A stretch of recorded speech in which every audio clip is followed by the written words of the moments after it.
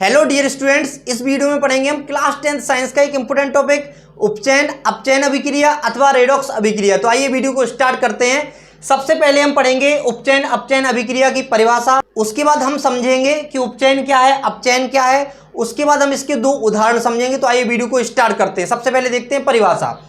तो जब किसी अभिक्रिया में एक अभिकारक उपचयित तथा दूसरा अभिकारक अपचयित होता है तो उस अभिक्रिया को उपचयन अपचयन अथवा रेडॉक्स अभिक्रिया कहते हैं। अगर उपचयन अपचयन अभिक्रिया बोलें आप या रेडॉक्स अभिक्रिया बोलें, बात एक ही होगी, ठीक है ना। उसी अभिक्रिया को क्या बोलते हैं हम, उपचयन अपचयन, और उसी अभिक्रिया को बोलते हैं रेडॉक्स अभिक्रिया, ठीक है ना।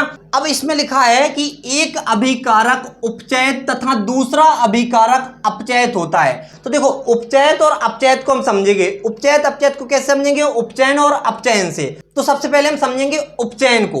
तो उपचयन कब होता है, जब किसी अभिकारक में या तो ऑक्सीजन की वृद्धि हो जाए या फिर क्या हो जाए, हाइड्रोजन का ह्रास हो जाए, मतलब हाइड्रोजन की कमी हो जाए।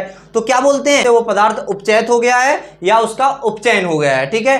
अब देखते हैं अपचयन को। तो अपचयन क्या होता है, देखो, जब किसी अभिकारक में या पदार्थ में ऑक्सीजन की क्या हो जाए, कमी हो जाए, मतलब ऑक्सीजन का क्या हो जाए, ह्रास हो जाए। ह्रास का मतलब कमी होता है। तो जब ऑक्सीजन का ह्रास हो जाए या हाइड्रोजन की वृद्धि हो जाए तो बोलते हैं कि उस पदार्थ या उस अभिकारक का क्या हुआ है, अपचयन हुआ है, या बोल सकते हैं कि वह पदार्थ या वह अभिकारक अपचयित हो गया है। तो इस परिभाषा में भी वही बात कही है कि जब किसी अभिक्रिया में एक अभिकारक उपचयित हो जाए। अब उपचयित का मतलब समझ चुके हैं कि या तो उसमें ऑक्सीजन की वृद्धि होगी या फिर क्या हो गया, हाइड्रोजन का ह्रास होगा, तो वो क्या होगा, उपचयित हो जाएगा। तथा दूसरा अभिकारक अपचयित हो जाए। तो अपचयित का मतलब क्या है, या तो उस अभिकारक में ऑक्सीजन का ह्रास हो जाएगा, मतलब उस अभिकारक में या उस पदार्थ में ऑक्सीजन की कमी हो जाएगी, या फिर क्या होगा, हाइड्रोजन की वृद्धि हो जाएगी, मतलब उस पदार्थ या उस अभिकारक में क्या हो जाए, हाइड्रोजन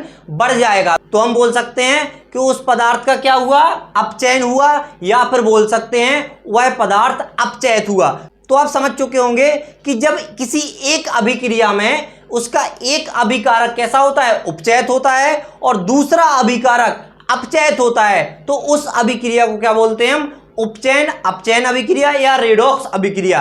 अब हम देखते हैं उपचयन अपचयन अभिक्रिया अथवा रेडॉक्स अभिक्रिया के कुछ उदाहरण। आपको उदाहरण बताएंगे तो और अच्छे समझ में आएगा इस अभिक्रिया के बारे में। तो आइए देखते हैं। पहला उदाहरण है कि आपका जिंक ऑक्साइड ने कार्बन के साथ अभिक्रिया की और आपको उत्पाद मिला जिंक और कार्बन मोनोऑक्साइड। तो यहां पर देखिए, यहां पर है आपका पहला अभिकारक जिंक ऑक्साइड, लेकिन अगर उत्पाद में देखें तो यहां पर जिंक क्या है, आपका अकेला।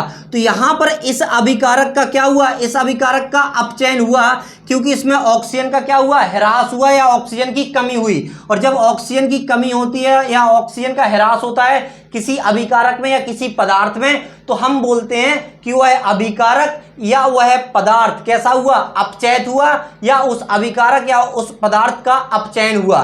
तो यहां पर इस अभिकारक का मतलब जिंक ऑक्साइड का क्या हुआ, यहां पर अपचयन हुआ है, ठीक है, आप समझ गए होंगे। अब देखते हैं हम दूसरा अभिकारक। दूसरा अभिकारक है कार्बन। कार्बन को आप यहां पर देखिए तो कार्बन ऑक्सीजन के साथ है, मतलब कार्बन मोनोऑक्साइड, ठीक है। तो यहां पर क्या हुआ, यहां पर ऑक्सीजन की वृद्धि हुई है। तो जब ऑक्सीजन की वृद्धि होती है किसी अभिकारक में तो बोलते हैं कि उस अभिकारक का उपचयन हुआ है, या वह पदार्थ उपचयित हुआ है, या वह अभिकारक उपचयित हुआ है। तो यहां पर समझ चुके होंगे आप कि एक अभिकारक क्या हुआ, अपचयित हो रहा है, और दूसरा अभिकारक उपचयित हो रहा है। तो इसी अभिक्रिया को क्या बोलते हैं हम, उपचयन अपचयन अभिक्रिया।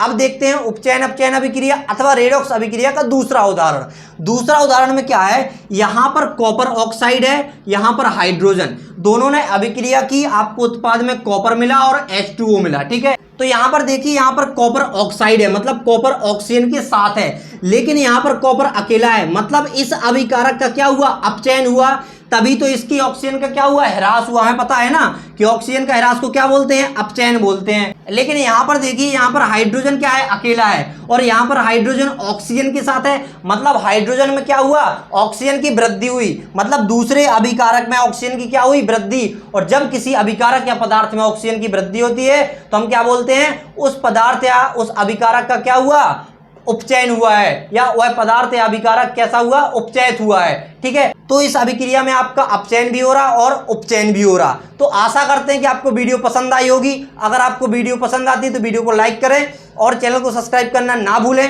Thanks for watching.